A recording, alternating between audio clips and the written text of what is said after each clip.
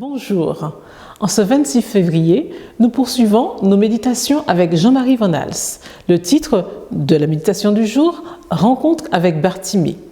Le texte, Marc 1, verset 32, « Ils étaient en chemin pour monter à Jérusalem ». Nous sommes à Jéricho. Deux événements se déroulent dans cette ville importante. Ils sont encadrés et liés par la même intention, la montée vers Jérusalem.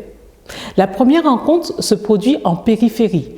Ils viennent à Jéricho et comme ils sortaient de Jéricho avec ses disciples et une foule importante, un mendiant aveugle, Bartimée, fils de Timée, était assis au bord du chemin. Il entendit que c'était Jésus, le Nazaréen, et se mit à crier « Fils de David, Jésus, aie compassion de moi !» Beaucoup le rabouaient pour le faire taire. Mais il criait d'autant plus « Fils de David, aie compassion de moi !» Jésus s'arrêta et dit « Appelez-le ». Ils appelèrent l'aveugle en lui disant « Courage, lève-toi, il t'appelle ». Il jeta son vêtement, se leva d'un bond et vint vers Jésus. Jésus lui demanda « Que veux-tu que je fasse pour toi ?» « Rabouni, lui dit l'aveugle, que je recouvre la vue. » Jésus lui dit « Va, ta foi t'a sauvé. » Aussitôt, il retrouva la vue et se mit à le suivre sur le chemin.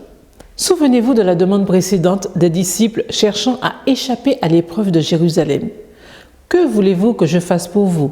« Donne-nous, lui dirent-ils, d'être assis l'un à ta droite et l'autre à ta gauche dans ta gloire. » Ici, Bartimée est déjà assis, mais dans les pires difficultés, et Jésus lui adresse les mêmes paroles. « Que veux-tu que je fasse pour toi ?» Ces expressions communes semblent relier ces récits. Malgré la foule qui passe, Bartimée entend que Jésus est parmi eux. Aveugle, mais pas sourd. Malgré ceux qui cherchent à le faire taire, il crie. Sa foi et son espérance ne sont pas anonymes. Aveugle, mais pas muet.